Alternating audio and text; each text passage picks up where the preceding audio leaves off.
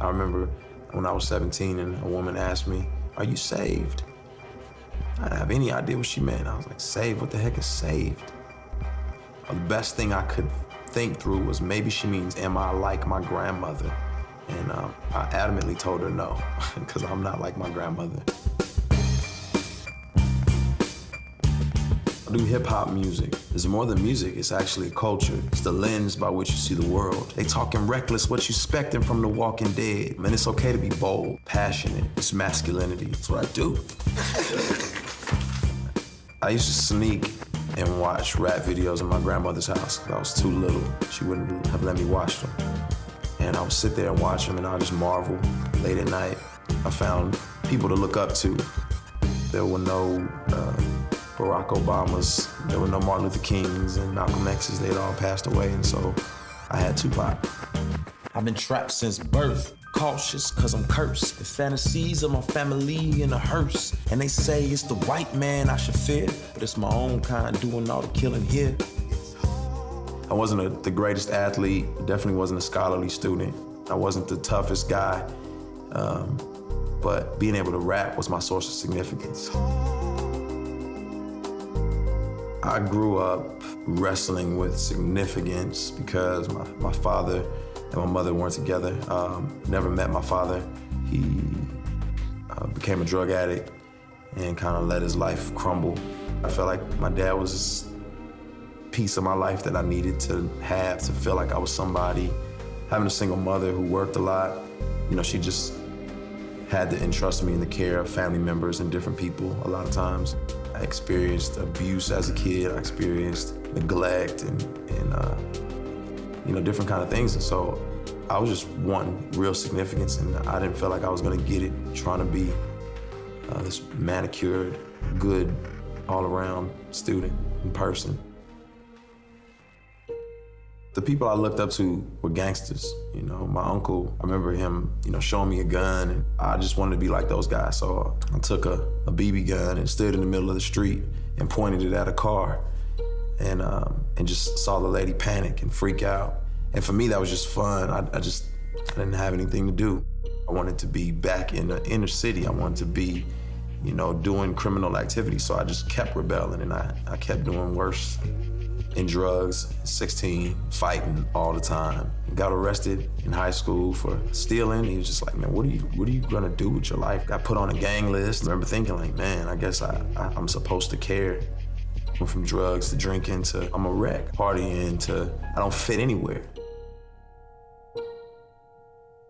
I'm just this misfit of a person. My mother was like, you just need to read your Bible. And I remember ripping the pages out of the Bible and throwing it on the floor, and I said, I don't want this Bible. I just couldn't wrap my hands around this being true, this being real. My grandmother was a Christian. You know, I would have to go to church with her. It was like older people, it was old people. So for me, church wasn't about God, and church was for them. It wasn't for me. It's probably not real, probably just something people use as a crutch. I think as the emptiness started to get more profound, when I had to drink more, smoke more, find another woman, I was really, really, really in a dark place. 5:46 in the morning, tossing and turning, chest burning. Sermons in my head keep reoccurring. Having visions in my head of a kid crying at the feet of the Father for all the wrong things that he did. Now I'm sweating in my sheets, can't sleep, cause my mind keep telling me I'm 6 feet deep. Don't remind me, even though I'm still alive, I can't tell. The way I'm living my life, I feel I'm going to hell.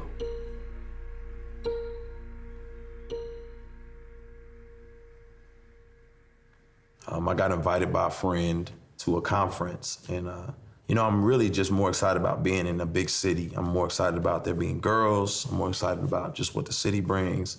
I'm not really concerned about the conference. So I get to the conference, and I see guys who have been shot from being in gangs. I see, you know, girls who were extremely promiscuous in the past. I see rappers. I see dancers. I see singers. I see people who came from the same background I came from, and they still embodied who they were culturally, but they were all in love with Jesus. And I'd never seen that before. And then I saw another group, and they were sold out for Jesus, and they were rapping, and you heard about it in their songs, and I was just like, what in the world? And as I listened to the lyrics, I was like, man, I don't know this. I don't understand this God they're talking about. And then finally, someone got up and said, do you know you've been bought with a price? And he told me the story of Jesus on Golgotha and him carrying the cross and him bearing all of my sin, all of my lying, all of my cheating, all of my escapades, all of my drinking and drugging, and put it on his own back. And he said, I was bought with a price. And it made me think, man, I'm like, somebody thinks I'm significant enough to die for me. Somebody thinks I'm significant enough to climb up this mountain with this cross on his back and take nails in his wrists and his feet for me. I remember articulating like, God, get me out of this, just don't kill me. Do whatever you gotta do to get me out of this, just don't kill me. I was driving down the highway and I turned too quick and lost control of the wheel. My car flipped over again and again. The roof caved in, windshield caved in, no seatbelt, glass everywhere. My glasses that I had on were molded like kind of into the frame of the car, and I didn't have a scratch. That was it. I said, I get it. Called up my friends who I knew were living for Jesus, and I said, we gotta make this happen. I'm coming home. I saw change happening. I spent a lot of time searching for father figures. I saw the evidence. And God has shown me that, ultimately he's my father. It drives me to keep pressing. I started volunteering at a juvenile detention center. And some of those songs that I had written in my darkest times when I was crying out to God, I would do for him. And you just see him sitting there weeping. And time after time, they keep requesting it. Can you do that song again? Can you do that song again? I just need that to hold on to. I need something that's gonna remind me that I need Jesus. It hit me like, this is what I wanna do. I wanna use music to offer hope and encouragement to people.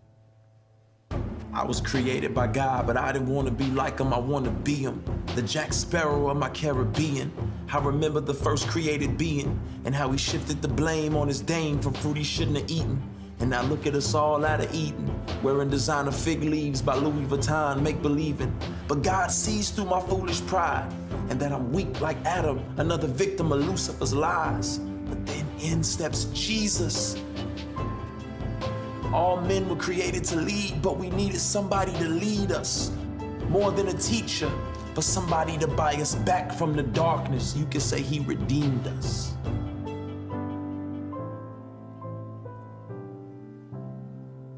I've learned to stay close to my source of significance, to my source of worth. And that's God. My name is Lecrae, and I am second.